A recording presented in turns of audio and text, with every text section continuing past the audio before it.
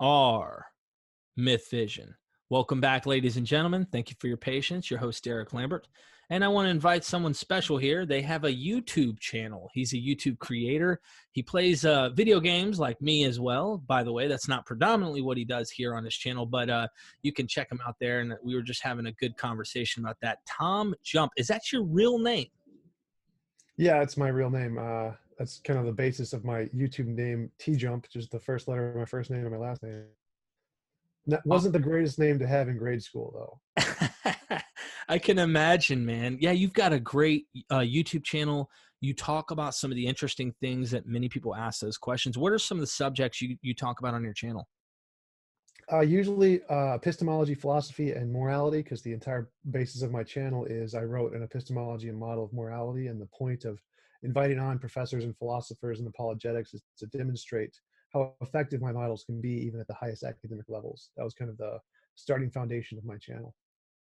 Interesting, man. Interesting. So go over there. Make sure you check it out. TJump. It's in the description of my video here. And make sure you subscribe. Show them positivity, please. YouTube world. Don't be pessimistic about everything, you know. Go show him some love. And if you have questions, challenge him. He loves a challenge. He loves these ideas. So stimulate the thought. Go in there and join his YouTube channel as well. We're going to delve into a few things, I guess, more personal, and then we'll get into some broad topics. Tom, if you don't mind me starting off with a question, were you once a believer, and did you have a quest escaping out of that system? What's your journey? Yeah, so I was brought up Christian for most of my life. My parents are both Christian. My mom was especially religious, like reads the Bible every day, goes to church, all that kind of stuff. And I was brought up in that culture, went to Catholic schools from K through high school, K through 12, and was exposed to it pretty religiously. But after years and years of major depression, because I was diagnosed with that since I was a kid, and praying every day for that personal being who you expect to be there to come be a part of your life and help you out when you're in real need, not hearing anything in return eventually led me away from believing there was such a thing. Like if you expect a personal relationship with someone and they just ignore you, eventually you stop caring about that person. And that's kind of how I felt about God for a while, where just him not responding when I expected him to respond made me lack a feeling of that emotional personal relationship that I was expecting as a Christian. And eventually it just kind of fizzled out to the point where I just stopped believing the God even existed in the first place and became an atheist sometime in late high school, junior, senior year, maybe a little after that. But it was always like a little bit where I would be tempted to pray for something when I wanted something to change or was going through a hard time. But eventually it just became longer and longer stretches where I just didn't have that feeling at all until the point where I just stopped believing entirely. Mm. And now you have a channel dedicated to discussing these type of things. And did you have a deconstructing like period and it slowly happened, or was it a aha moment? Well, my philosophy came years after I became an atheist. So the reason I stopped believing was just that personal, emotional thing of not having any prayers answered, no personal relationship. But I didn't know anything about the philosophy of the arguments at that point. A few years after I became, or just stopped believing, I started watching debates by like Christopher Hitchens, Richard Dawkins, Sam Harris, those kinds of guys. And I got really interested in the philosophy side of things and started to research it. And I thought their arguments, those of the Four Horsemen, were really great arguments when I started off. And then as I researched more into the philosophy, I was like, oh, these are actually really terrible arguments. We should probably go a little bit deeper and try and find the more interesting philosophy side. And so that's how I got into the philosophy of it. And I started to invite on professors, local professors from colleges to go to coffee shops and have conversations with me. And those went really well. And I started to upload them to YouTube. And that's how my YouTube channel got started. So that's how I transitioned from just not believing into the philosophy of the arguments behind why we shouldn't believe in the first place. Interesting. Interesting. Yeah, I've always wondered that. I enjoy watching videos where even a scientist tries to take an approach and understand the human mind, why we're superstitious to begin with. You know, some of those interesting scientific approaches make me wonder, why do I have a curiosity about me when I don't understand things? I try to fill the void. And I think he explained it one time, and it was just very basic. He gave many analogies, many examples, and I can't remember who this guy was. I'd have to find the link and put it in the description if I can find it. If not, you guys might know who I'm talking about. But kind of like the eye, where there's that blind spot, and Like in boxing, they say the best thing you can do is straight jab, because there's a blind spot in the eye straight on. And any other like roundhouse or something or whatever, you're going to see a hook coming. Well, the brain works similar. There's a blind spot in the brain, and we try to fill these unknowable things, kind of like deja vu. What's deja vu? Oh, I know what deja vu is. God knew what my life was going to be and revealed a glimpse of it and let me know that he knew. I mean, that's so subjective to say that. Is it wrong? I mean, now you got to talk about probability. Now you got to talk about what ifs.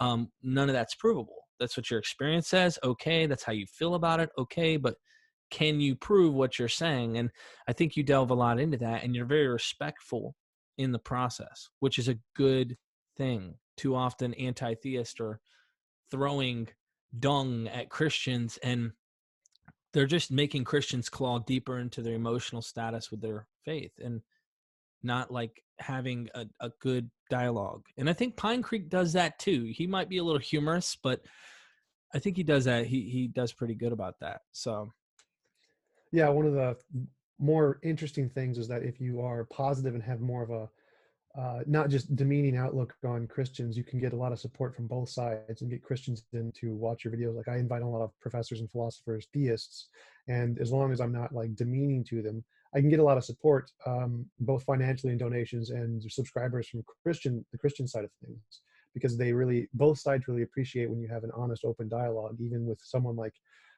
Kent Hovind, who is notorious for being uh, not as polite as everyone else, and people like Aaron Ra, who is definitely more of a firebrand atheist. Those people can get a lot of support from their side, but you don't usually get a good conversation and an interaction between the two sides, which is, I think, a really important thing that is missing in the community. And I really enjoy that certain kinds of people like me and the street epistemologists, especially Anthony Magnabosco, Reed Nice Wonder, those kinds of guys, are more into the polite, open discussion kind of a format, which shows a deeper side of the conversation that we don't usually get to see. can we delve into some of that? Like maybe discuss some, um, I guess, conversations you've had recently, good conversations with theists. And have you had any theists go, you know what, that makes a lot of sense? Have you had that happen yet?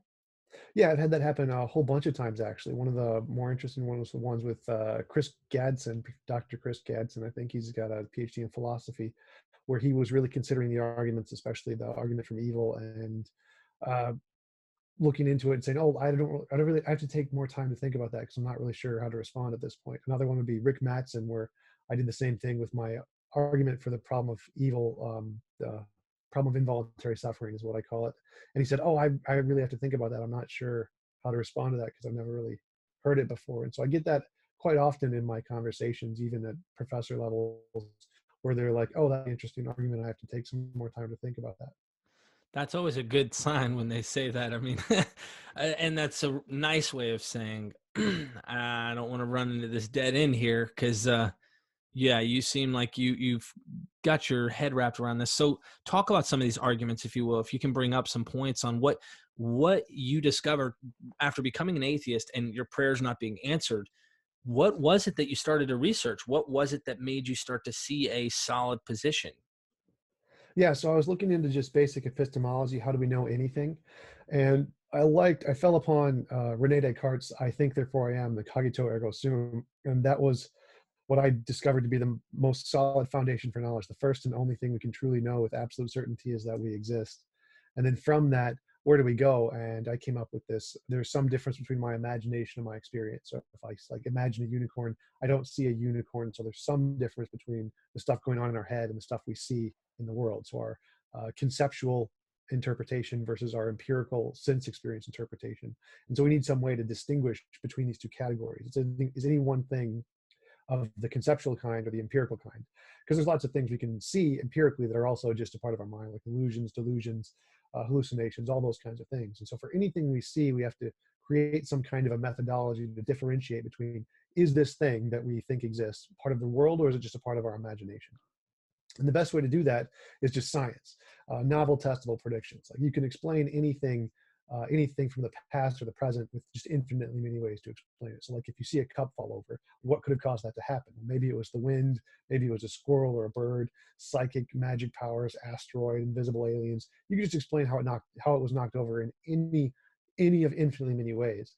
But the best explanation is the one that can say, it was done by this. And then if it was done by this, I can predict here's something we don't know yet. And if we look, we're going to discover this. So if you can predict future predictions that we don't know about yet and get them right consistently, that explanation is better than all of the others. So that's how science works, is that we look at the data, we try to make predictions and say, well, if what my theory, my conceptual theory in my head is correct, if it's an accurate description of what's going on in the world, well, then I can probably make predictions about what's going to happen next in the world. And if I can get those right, well, then it's a pretty good evidence that this theory I have isn't just something in my head, it's describing something that's actually in the world. And so then we have a methodology we can use to differentiate the conceptual stuff in our head that's just made up and the empirical stuff and what's in reality and what we have reason to believe is there. And that's kind of the foundation of all knowledge, right? Start with just, I think, therefore I am. There's some difference between my imagination and my experience. And then there's a third category, which is what is the fundamental nature of everything. And essentially, we don't know. Science does not have a way to apprehend that yet. So that we should just leave that one off the table for now. That's interesting. Yeah, I always ask, like, even going back, a fundamental question of how the hell did we even come to be? Like, what, and these are things that, like you said, we don't have enough to give you actual evidence, but does that mean we need to throw in something that we don't have the evidence for to make sense of it?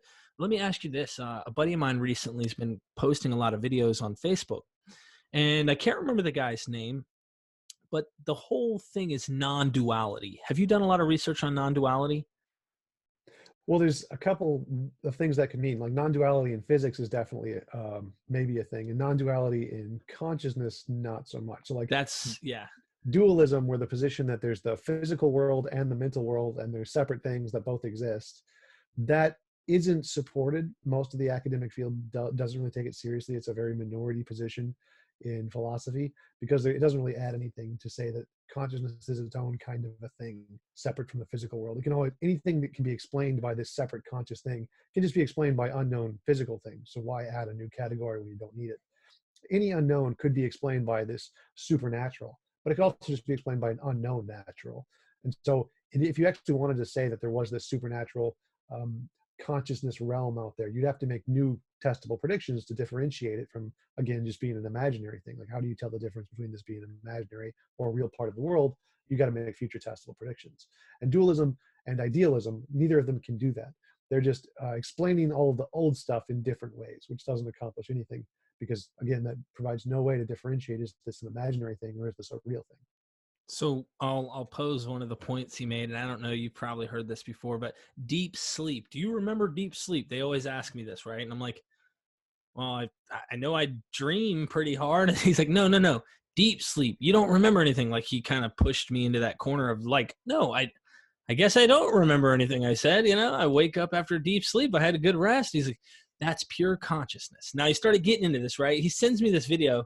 Love the guy to death. I mean, he's a great guy, and there's so many people out there that are like this. So don't take offense if you're watching this. But I'm listening to this guy, and I swear to everything, the language the guy's using is so vague, and it's so like it's non-concrete to the point where I'm like, what is he trying to say? I just don't understand this vague, non-concrete language this guy's using to try and prove a point. And the point, I guess, is this guy kept making it seem like consciousness, that we had that everything's consciousness, okay, and that I guess you'd say, is like, where does consciousness come from? And I'm like, doesn't it come from the brain, or like it develops with us, as we would call what consciousness is our awareness and so forth. And I said, well, why don't we remember consciousness when we were born, or like when we're like within our first year? Isn't the brain developing and now it's creating a memory and all this stuff? That all seems natural to me. And he didn't really have much. He's like, deep sleep, back to deep sleep. And I'm like, I don't know. What are your thoughts? Have you heard these type of things before? I've never heard that one, like deep sleep, just the fact that we can't remember things when we're not conscious. I don't know why that would be indicative of our brains being fundamental. It would see, or our minds, some kind of non-physical consciousness. I think it would actually be evidence of the opposite. Like we have a way that our brains interact with the world, which is through our physical bodies. So I can interact with my hand and make it move, but I can't like make the TV remote float into my hand. Like I can't use the force to lift it up. So it doesn't seem like my brain can actually affect the world outside of my head. But the opposite is true. So like if I shocked myself with an electrode, I can make myself see things that aren't there, or feel things, or taste things, or move my hand without my control. So it seems like the physical world has control over our brains, but our brains or our minds don't seem to have much control over the physical world. So it seems like we have pretty good reason to believe that our minds are caused or controlled by the physical world and not the other way around. So it seems like we can rule out idealism and dualism for the most part. Interesting. Yeah. This guy's throwing out new ideas. He just jumped on this new theory and he's been watching these videos. I can't remember the guy's name either. I was watching one of them and I was kind of like, this sounds very religious. It just sounds very like, that's how he sounded. So let's jump subjects, Tom, if you don't mind. Christianity. Okay. Like most of my friends and family are Christians. It's been tough trying to even convey where I'm heading in my own life, my personal journey on my research and how I've deconstructed. And my mama always comes up to me, and I say mama because I'm a mama's boy, and she's just always been mom. And she's like, remember now, Jesus is Lord.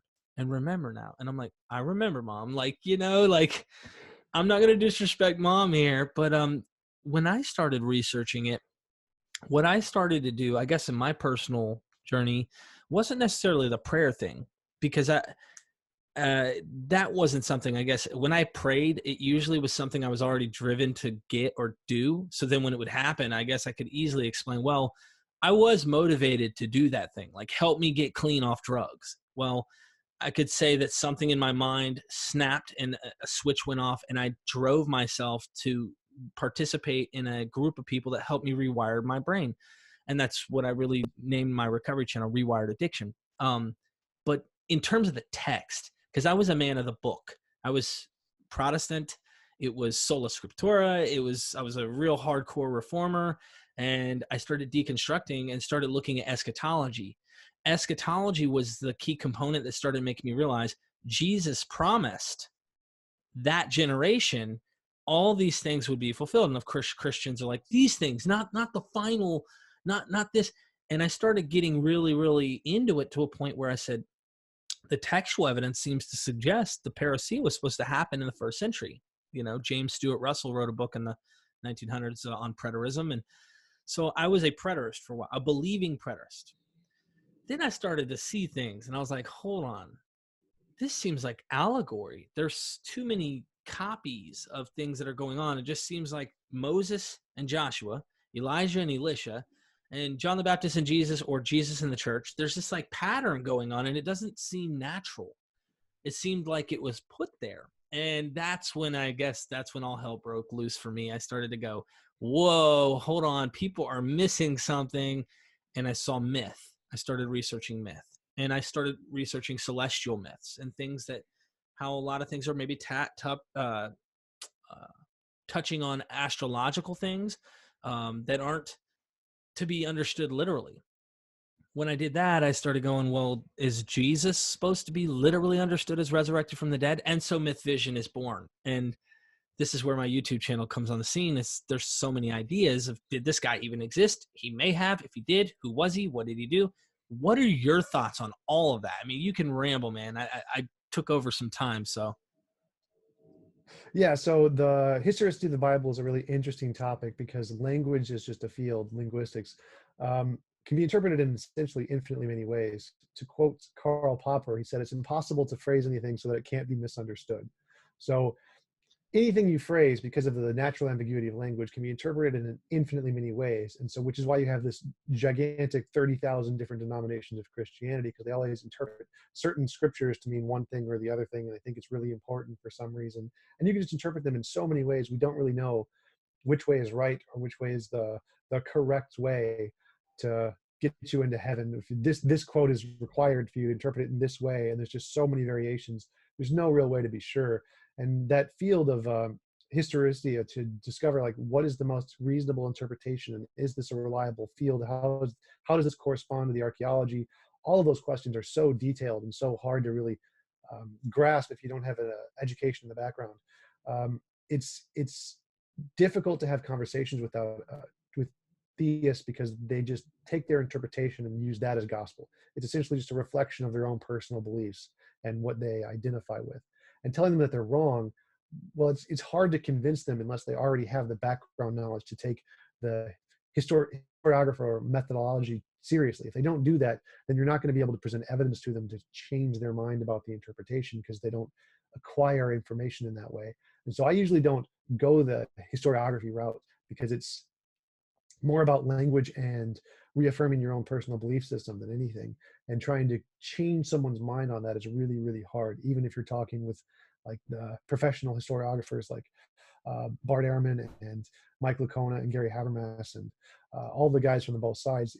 When listening to them, people don't usually change their position on the topics because they don't understand them. Like, I have no idea what he said, but he sounded smart and he agreed with my position. Therefore, that's my position.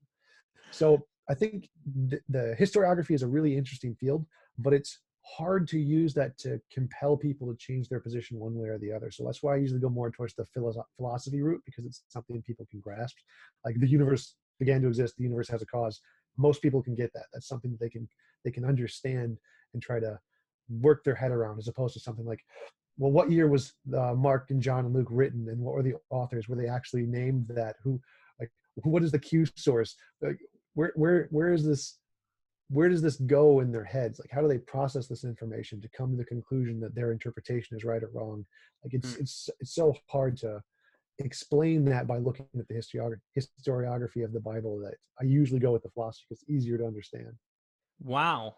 I mean, that makes a lot of sense. I totally get it. I guess because I'm a fan of the topic, I mean, it had its claws on me so much. It still does, but in a different way, you know.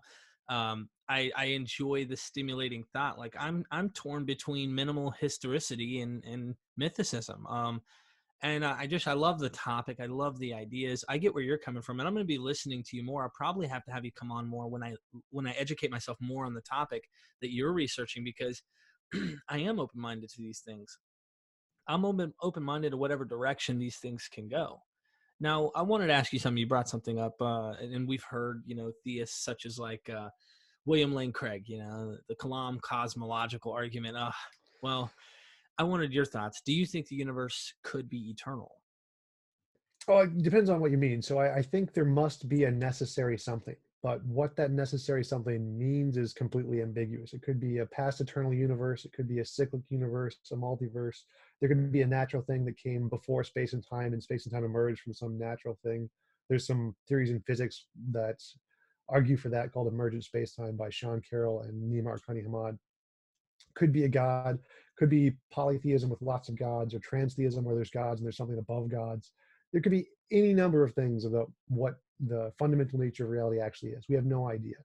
I think that the most reasonable conclusion, if you want to try to label whatever that is to say it's probably just going to be a natural something we just haven't discovered yet, because everything we see around us is natural. Why would we say this is a new category of thing for no reason? We only have natural things as far as we can tell. We just extend the natural to the fundamental nature of reality and say it's probably going to be natural. So I lean towards that kind of ideology, where it's going to be something natural, maybe a past eternal universe or a cyclic universe or emergent space-time. But I tend to think it's probably not going to be conscious, because the only examples of consciousness we have are from brains. If it doesn't have a brain, we have no example of consciousness. So I think we can rule out the consciousness approach and say it's probably just going to be a natural something, like a law or a universe of some kind. So I'm going to get weird, because you make me think about things in a way that I haven't really thought of in a minute. Life, like, what are your thoughts on why life even exists? I mean, isn't it a weird thing that an asteroid would hit a planet? Suppose the theory of us coming from the components, the elements from an asteroid, and here we are, made mostly of carbon and water, and boom, here's humans with conscious states, or at least self-thinking brains, machines inside of ourselves that are keeping us going. What are your thoughts on all that? And I know this is way beyond the scope of us being able to prove like why this thing is, but do you have a personal opinion at this point? Yeah, so I think that life, because right now there isn't a concrete definition of what life is. And in biology, we have no idea what the cutoff point is between non-living and living. Like, we look, there's a really great TED talk where a guy shows a certain combination of chemicals can seem like it's alive, like it can act like a virus or a biological system where it seeks food and energy and then moves around a system to try and find the food. And all it is just a few kind of chemicals that have been put together. And at what point do we say its capabilities qualify it to be called life? We have no idea. It's a kind of an arbitrary distinction right now because we don't know the process by which life formed. And so we don't really know, should we call certain kinds of crystals life because they can form and mutate and gain information, lose information, and react in certain ways. But we really have no idea. So in the case that we see it as strange, the reason we see it as strange is because we really don't know what life is. We give it this classification of its own kind of a thing, but we really don't have a way to distinguish life from non-life, because when we get to the fundamental level of what makes something life, it's just molecules in motion just like matter is. So I don't think life is particularly strange any more than anything else. It's just strange because we don't know enough about it yet. So we used to think lightning was strange. It must be something supernatural because of look at how strange it is. Yeah. But really it was just, we just didn't know anything about it. Same with volcanoes and asteroids. We used to attribute those to saying, look at how strange these are. How do you explain those? But really it was just something we just couldn't explain. And we just labeled it as being the super strange thing that's totally inexplicable, when really we'll discover it later. And then it'll just be, oh, that's so simple to understand now. That's interesting. I like that. I really like that, because that's how we advance. And I think our science, that's going to be better for humanity, period. Once we get to that level, I feel like life will be extended, disease. I mean, you name it, these things can be handled. But that's pretty interesting. And I've thought of these things, but the way you hit that was really well. I like, you're really well articulate. Do you debate a lot? I've heard you debate before, like our favorite not flat earth, I almost called him no disrespect, but young earth creationist that you mentioned earlier, who loves to throw stones at atheists. What's his name again? Kent Hovind. Yes. Did you have fun with that debate that last time you guys were talking? Yeah, I've actually debated him 3 times. And I think the third one, I was the most abrupt with him, where I was just saying, nope, that's wrong. That's kind of dumb. The first 2 was really more of a conversation style, which was a lot of fun. But yeah, I do debates pretty often. I try to schedule 1 a week usually. And then I usually get invited to interviews and things 2 or 3 times a week. So I usually do about 3 or 4 videos a week on a good month. But yeah, I've actually debated a few atheists too. I debated Bob Price, and I argue that Jesus did exist, and he argues from the mythicist position that Jesus didn't exist. And yeah, so I do debates on all kinds of topics, usually physics, cosmology, philosophy, morality, biology. Did Dr. Fuzzrana on is there information, intelligent design in living organisms, that kind of thing. So yeah, I spread it out on as many fields as I can and do stuff on modern day debates. James has me on every once in a while. So yeah, I debate as much as possible. Dude, that's awesome. Yeah. So you debated Dr. Bob. I saw that you had a show with him, and I started watching. I don't think I watched enough of it to really get where you're coming from. Do you take, and I know this is complicated, I just want to make it like a general base statement. When you come to historicity of Jesus, and I need to watch your debate, which means if you're watching this, go to Tom's page, TJump YouTube, and make sure you watch it too, and go comment. Tell him your thoughts. If you disagree with him, right? He wants to stimulate talk. What do you do coming at that question? I'm just going to ask that instead of getting deeper into it. What makes you suppose, you know what, is it more likely because we can look at other examples of mythologized people? Is that the weight of it that you say, hey, the odds of him not existing based on all these things, that is where I'm going off of probabilistic, situation here. It looks like he probably did exist. Is that the angle, or? Sort of. So I take the approach that historiography as a field has a much lower bar for truth than like scientific fields. You can't make testable predictions about somebody existing unless you're like Caesar, and Caesar claimed to have built this thing, and we can archaeologically dig it and find it. Oh yes, this was here. So yes, he clearly existed.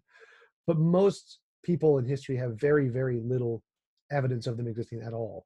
So most people who we think existed, like Socrates, we have no accounts of him actually writing anything or saying anything as a direct account. It's always Plato who's written stuff about Socrates, or stories that Socrates supposedly had with other people, but he can be totally made up by Plato. We have no idea. We Right. just grant that he probably existed because the bar for what we consider reliable history is pretty low as a field. It's not, it doesn't take the same level of evidence as a scientific physics or something. And so most people in history that we accept existed essentially have no evidence. We have no direct or even secondary accounts of them existing. They're just like mentioned as a third party and a secondary source. And we say, okay, that person probably existed. Because it's like if I told you I saw a dog yesterday, you'd be reasonable to believe me because we have lots of evidence of dogs. I mean, lots of empirical evidence of dogs, like their taxonomy, phylogeny, genetic makeup, chemical composition. We have lots of empirical evidence of dogs. And so my testimony that I saw a dog is reasonable because it's backed up by that empirical evidence. The same thing applies to, like, there is this person who existed at time X. No, it's no different from saying I saw a dog. It's reasonable to believe because we have lots of evidence of people. And so those simple claims like I saw a dog or I saw a person named Jesus, those are reasonable to believe just based off of someone say so. For the same reason, because people have a huge amount of empirical evidence just like dogs do. But what's not reasonable to believe is when someone says, I saw a unicorn. Like if I told you that, you would not be reasonable to believe me because it doesn't have that empirical basis. We don't have any bones of unicorns or chemical composition or genetic makeup of any of that. So it's reasonable to believe historical claims if they have an empirical basis. So if I said person X exists and person X has this name, perfectly reasonable to believe just based off of testimony. But if I say they did a miracle, like then it becomes unreasonable to believe the miracle, but it's still reasonable to believe the person existed. So like if I said I met a guy named Bob yesterday and he can raise people from the dead, I mean, you'd be reasonable to believe I met a guy named Bob, but it wouldn't be reasonable to believe that he can raise people from the dead. The same thing applies to Jesus. Like there are lots of people who claims to have seen Jesus in like Josephus, Tacitus, those kinds of things. And they mention lots of people. So it's reasonable to believe the person named Jesus existed, Right. but it's not reasonable to extend that to miracles. So I'd say it's more reasonable to believe Jesus existed as a human for the same reason it's reasonable to believe somebody if they said they saw a dog. It's just a claim of a pretty simple claim. It's not really something we should dismiss just because there's lots of similarities to other stories that may have been added on later. Right. Well, let me ask you this, probing a little deeper on that point that you made, which is a good point. It is reasonable. If we do delve to try and see, all right, because it is reasonable to see that there is a person named Jesus. My question is, what can we know for sure about him so that we can say, hey, this guy. Now, I get it. We're throwing it up in the air, at this point, but that's what gets me interested. If we're approaching it at that angle, and it makes sense, it's a good point you're making. What if it was written after, this war, and they did bring up a propaganda, or there's some type of propaganda behind this text that is creating this character and giving reason or weight as to why the temple's destroyed, etc. So I guess, could it be, and I guess what I'm asking, Tom, I know you can track where I'm going with this. Could it be that this guy was created, so to speak, giving way or reason for why this all happened? The temple's destruction, the destruction of the nation of Israel, practically everything. And that plays the role through the Gospels. But could it be that Paul's Jesus was angelic? Could it be, there's so many angles to come at this. Do you think there's any validity in approaching that kind of subject that way? Or is it completely ambiguous? It's definitely possible, but I think that if we look at like characters like even like Hercules or the Greek myths, like, is it more reasonable that this person was fabricated for nothing, or is it based off of a real human who did something that was just embellished over and over and over again, like in that game Telephone, where it just gets more and more grandiose and to the point where it's this like mythical god figure? So I think it's more reasonable to think Jesus was a person, and then that story was embellished to make him a god, rather than him just being fabricated from nothing. Okay. And that idea is euhemerization, I believe. Euhemerus came up with the idea that Hercules might have been an ancient bodybuilder, as Dr. Bob always likes to joke, or whatever. Yeah. He always is like, Hercules was an ancient bodybuilder and they made him into a god. And see, there's so many things that come to my mind on people that I invite on the show that make me think more than that, just that approach. I get where you're coming from. And I wanted to invite the other gentleman that's joined on Pine Creek. He used to be a mythicist, and he's now a historicist. We were talking about him prior to this recording. Cam or Camille? Cam. Yeah, he was a mythicist and is now a historicist. I actually tried to invite Bart Ehrman as well, Dr. Ehrman, to come on, which he's probably not going to because he's so busy, and I don't know if he'd see it even beneficial. I'd have to spend money probably to get him on. But I wanted to like test some thoughts and throw things out at him to get his opinion on this. You know, I really enjoy the conversation because I can at one point say there's probably a guy. There's got to be probably a guy. My thing is, if he was really a guy, was he really crucified? If he was really crucified by the Romans, for what purpose? The Jews should have stoned him if he claimed to be divine. That's according to the law. So it would be unreasonable to crucify him on the day that he's crucified and hold a trial the night before, the eve of, and have Rome do it. Was he a rebel leader at that point? Makes me wonder if he was militant in any way. Did he have ties in with Dead Sea Scrolls? Is Robert Eisenman out of his mind, or is he someone on track? And there's different ideas that come around him. Makes me wonder.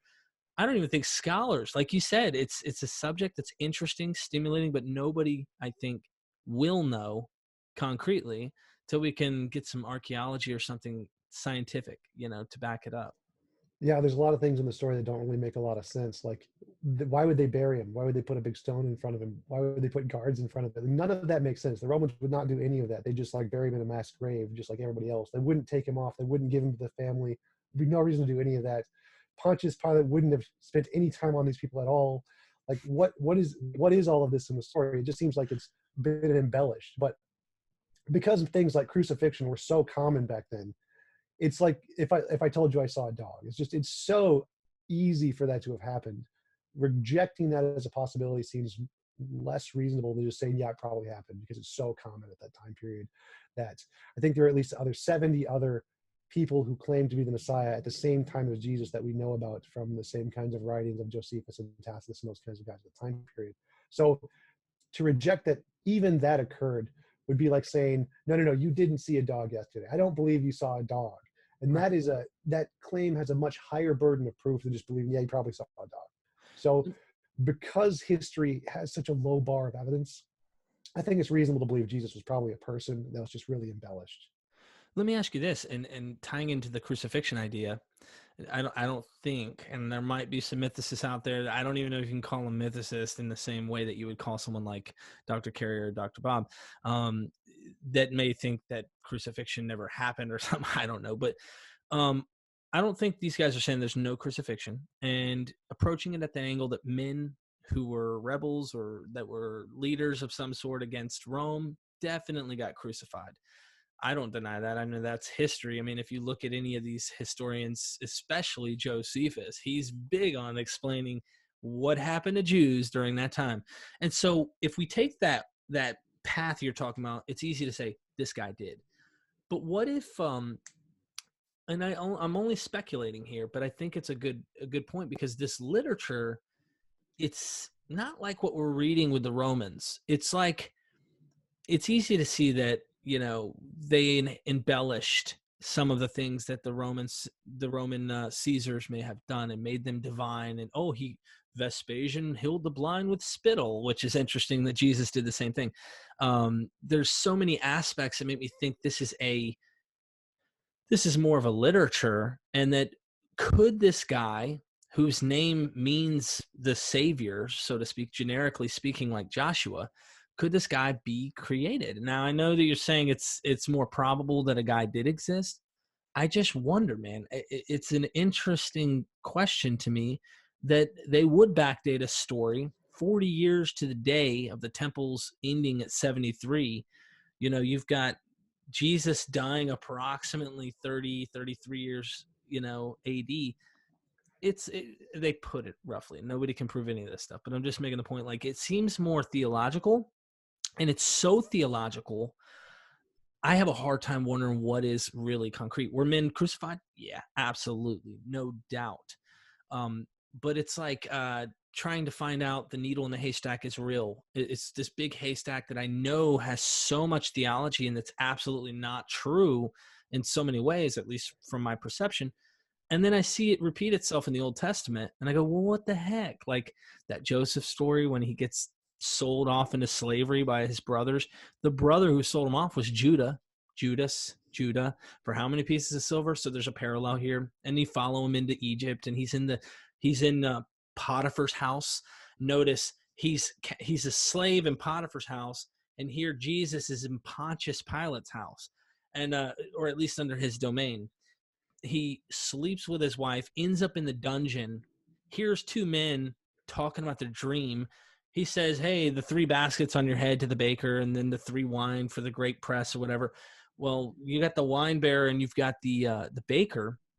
And he says, look, in 3 days, this means in 3 days, you, the wine bearer, will be back up there with Pharaoh. But you, the baker, are actually going to be resurrected and killed. You know, your head's going to be on a stake, the birds of the air, the fowls, blah, blah, blah. Well, that's the Eucharist. That's that whole, the wine and the bread is the Eucharist. And notice when the wine bearer goes up, Joseph tells the guy, don't forget about me. What's Jesus say to his disciples? Do this in remembrance of me. And it's like this, when you see the literature that way, and I've been delving into this for quite some time, I have such a hard time, Tom, letting go of, is this just purely fabricated text here trying to explain why their Messiah never came to begin with? And they put the Messiah at this time in history during a time where they got their asses handed to them. And I don't know. I just wonder, like, why this Jesus guy? What did he really do to be that significant? If he was a real guy, instead of Judah the Galilean, who was a badass. I mean, that guy went down in history as a warrior against Rome. What did Jesus do? And so I have questions. That's all. I'm just throwing it out. I agree with pretty much all of that. So I think that most of the story about Jesus was essentially modified to make it fit the Old Testament. So they saw something in the Old Testament that seemed like it could be a prophecy. How can we make this fit this story? Let's add this in. Like the tomb, I don't think there was actually a tomb with a big stone and the guards. I don't think that happened. I don't think a lot of things that was claimed, like I don't think Jesus went into the desert for 40 years or 40 days or whatever and was tempted by Satan. All of that is just fabricated to make it fit the Old Testament. It's like, oh, here's this part. This could actually fit if we add this story in over here to make it look like he actually fulfills these Old Testament prophecies in some vague sense. But I think that if we think about it, why would they add an extra person in and not just use an existing person who was crucified and make that person's life fit these stories? Because most of the stories are definitely fabricated, but why would they fabricate them from nothing instead of start with a real person and then add them on later? That's a good point. So if we start with there was a guy, as you're saying, my question would be, and based off what you've researched, because dude, this is something we can keep going on, and I know this is a definite awesome topic. It's just I don't think we'll ever know for sure. But I love stimulating the thought. So I want to ask you, what do you think Jesus had that was so special for him to be used as that person? Because if he was this person and they started and said, let's use him, was he a perfect example of someone that, nobody really knows about this guy, let's just throw him in the mix because he's just a basic common person in Israel, so we'll use him as somebody crucified who was really a Messiah, the low, the meek, this guy who's just a perfect example of a basic Jew? Or was he somebody of importance that they said we need to use? I don't know. You know what I mean? I'm just throwing it out there. Well, yeah, my thought is that there was nothing special about him at all. It was just because we know that there were like 70 other people who were confirmed who also claimed to be the Messiah at that time period, and millions of others all throughout time of all statures of rich and famous and powerful and meek and mild. This guy just happened to be the one that caught on. You probably because of like Peter or his followers just really charismatic and outspoken and could get people to follow them, and that's kind of how he gained popularity probably. And it really had nothing to do with him at all, nothing to do with Jesus. It had more to do with his followers being charismatic and trying to promote belief in that system. And so I don't think there's anything special about Jesus. That just happened to be the one idea that caught on. Like if we look at messiahs around the world today, like Vasily, the guy who's claims to be the resurrected Jesus in Russia today, like why this guy? He was like a traffic cop. Like what did he do to get these thousands of followers? It's just a random guy in the middle of Russia. Like, I don't think there's anything special about Jesus, which is why it's more likely that he was a real person and not just made up. Because if he was made up, why would he be so mundane? The fact that he's so mundane means, it's really strange to make up a character who's going to be a god and just make him so bland in so many ways that he just does everything that's already known. Like, oh, he was crucified. Oh, he was born in Bethlehem. But wait, what was this whole Nazareth thing? We got to make that fit. Like, why even do that in the first place? If he was a made up character, you just had him born in Nazareth or born in Right. Bethlehem, wherever you wanted him to be. Why have him born in a different city? It makes, so the fact that there's so many mundane, silly things in there makes me think he was probably based off of a real guy in some sense, and then just embellished, kind of like just Vasily, the Russian guy, or Santa Sai Baba, the Hindu guy. They're just random people who have random jobs who do stuff and talk nice, and then they get really famous. It seems like that happens all over the world, and the fact that it's pretty mundane makes me think it's more likely he was a real person who just did the same kind of thing than he was just made up from nothing. Do you also line yourself up with like what Bart Ehrman would say, cognitive dissonance and their extreme belief in that this guy needed to rise from the dead, so they believed he rose from the dead? Cognitive dissonance approach, that they may have had hallucinations in a supposing this is the approach. I think even Richard Carrier takes that position, but he does it on Paul. He doesn't do it on disciples of Jesus, but he says Paul may have literally been tripping. He might have been a guy who's schizophrenic or who knows what. Do you take that approach that these guys were really just, they wanted to believe it? So they, I guess, like what we see today with this Russian guy, who knows what he did? He might have pulled magic stunts out of his ass and people saw it and went, he made that person's foot grow longer. Like, you never Yeah, know, exactly. right? Well, I think it's more of like a bereavement delusion. So bereavement hallucinations are a pretty well-known medical phenomenon. It happens to like 17% of the population, where someone who is important to you dies, and you can see them or hear their voice or hear incarnations of them, or you see something happen that you can't explain, and you say, "Oh, that was the person doing this," or like what you mentioned before, like there were um, things that can happen in your life that you say, "Oh, God knew about my life and designed it in this way." Well, we see this happen, and the same thing happens in bereavement delusion, where you see some strange thing happen that seems like a coincidence, like, "Oh, that was my dead loved one who did that." So we have bereavement hallucinations where you actually see and hear people who are important to you, who have died, and you can experience them as if they were still there. And that's such a common thing. Again, like 17% of the population, well documented.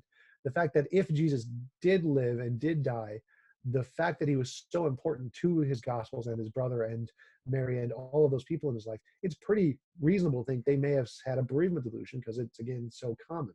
In the case of Paul, I'd say that was more of a different kind of a bereavement illusion, where it was just guilt. Like, he's killed so many Christians and he's just riddled with guilt, and that guilt can cause him to see an incarnation of what they described as their being their Messiah, which was Hmm. Jesus. And so he could have seen that bereavement delusion in that way, where he killed all these Christians, he interrogated them, they described Jesus over and over and over again, and he creates this idea of Jesus in his head, goes through this bereavement delusion through all of his guilt, and he sees that um, description that he's made up in his head from all of the people he's talked with, and he sees the embodiment of that in his bereavement delusion, and then he can then translate that to describe it to James and Peter when he's talking with them about he had this vision, was this really Jesus? And they could have been convinced by that because he had talked with so many Christians. And well, where did these Christians get their idea of Jesus? Well, they got it from Peter and James. So it's reasonable to assume that he got his vision of Jesus from the Christians he tortured, which is why Peter and James would have believed him, because that's essentially just secondhand evidence of what they claim Jesus to be. So all of that just seems to be classical bereavement delusions from my perspective. You notice something that we started like any Christian, right? The Christians start with there's a divine creator. They start with this whole outside, and then somehow they get from because everything that has a cause has a, like they go all these arguments, and next thing you know, they end up at Christianity somehow, and Jesus is God, and whoa, we just did the same thing from a totally different point. And then we're like, so do you think there's an eternal universe? By the way, what about this text? You know what I'm saying? So that was really cool, Tom. So tell people, how can they contact you? How can they get a hold of you? How can they support you? Oh yeah, my main source of media is my YouTube channel, youtube.com/TJump. I do my debates there usually. You can challenge me to debates on modern day debates. Usually take up any challengers on his show. You can support me on Patreon. I believe it's just patreon.com/TJump. I appreciate any donations so I can keep doing my debates. It's my full-time job actually as a YouTuber, which is pretty cool. Really appreciate this community on the atheist and Christian side, they're both really generous, and that's been a blessing. Thank God. Hallelujah. Woo. No, that's awesome. I'm going to put all this down in the description. So if you're watching, you don't have to worry about where it's at. And if you really want to know, just go to his YouTube channel, hit that subscribe, hit that bell so you can be notified when he has something go live. You do a lot of lives on YouTube, or is it all pre-recorded, or is it both? Usually they're all live. I do all the stuff on my channel is live, and then I do the debates on Modern Day Debates. I usually copy those over. So those are pre-recorded, but mine are always live. Well, I can tell you got a wealth of knowledge, man. You've done some research, and I really enjoy this. I got to go watch you and Bob go at it. I wonder how Bob responded to some of these things, or if you guys even talked about some of this stuff that way. I really appreciate you coming on the show, man, and definitely would love to come and join you sometime. Maybe have a three-way where you, me, and Pine Creek, we could probably get some more YouTubers to come together and throw ideas around, you know? Yeah, get Cam on there too. Cam, let's get Cam. I've wrote him, and he's in the UK or something. I'm not sure. Yeah, he recently moved from like California to Netherlands or Finland, somewhere in the Europe. Yeah, his time was different. He was working when it was like way too late. You know, I was like, huh? Where are you located, brother? Minnesota. So I'm north of you on the opposite side of America. How cold is it up there? It's freezing outside right now. It was like 6 degrees yesterday. It's ridiculous. Man, well, dude, I'm glad to meet you. I consider you a friend, and I love your approach. Keep that approach. I really, really appreciate and respect you for being kind to people who are believers, because the same way, and I had one person, I got to get him on the show. His name's James. I don't know his last name, and even if it did, I wouldn't want to throw it out there unless he told me that I could. He said that there's been a lot of research in terms of having a mental disorder. Okay. You've got, I don't know if it's a mental disorder or mental illness, but he ties one of those two into believing, like religion. And there's something there. There's some science behind it, and a lot of doctors and scientists who've done some research over a long period of time. He sent me this list. I did not even go through. It was too long. And I said, okay, if this is what you think, you got to come on the show sometime to share your research or what you found out, that they actually did not, back when they were talking about this, these doctors 20, 30 years ago, a couple decades back, didn't mention Christianity, did not do it for political reasons, because they would have been in serious trouble trying to throw out that there's mental illness attached to this, or at some way, shape, or form, there's something there that's attached to belief and the way that a lot of Christians are looking at it. I don't know about ones that are like what you're dealing with, because they're very sophisticated, and they really are saying, we don't know, and I think God, you know, or whatever. My experience tells me that God is there. I don't know, man. If I find out if he'll do a show and he comes on, I'm sure he'd be a guest you'd be interested in having a dialogue with as well. Yeah, it's an interesting topic. Essentially, religious belief fits every one of the definitions of what a delusion is, except medically, delusions are not considered to be things that are usually socially accepted and popular, because it can just be a social belief that's instilled in you as a child, in which case it wouldn't be a delusion in that same way. But it's exactly the same. It fits the definition of a delusion exactly, except for that one feature is that it's socially, culturally transition kind of a thing, which gives it like an exception in the medical literature. That's crazy. I mean, that's who made that the norm, bro? Yeah, exactly. We need to get a time machine and fix some of this stuff, because that makes me wonder about slavery too. And I know there's moral talks about that with the Bible and stuff, and how we view things today. Looking back, like, was it okay to own humans like that? I mean, that's I don't know. Yeah. I don't know. Well, thanks, brother. I appreciate it. And love you guys. Thanks for joining in MythVision. Appreciate your subscriptions. If you want to show the platform some love, go down in the description. We've got PayPal's, Patreon, you name it. But be sure to check out Tom's YouTube channel and give him some love over there. If you don't like what he's saying, go let him know. But make sure you subscribe either way. All right, guys. Peace.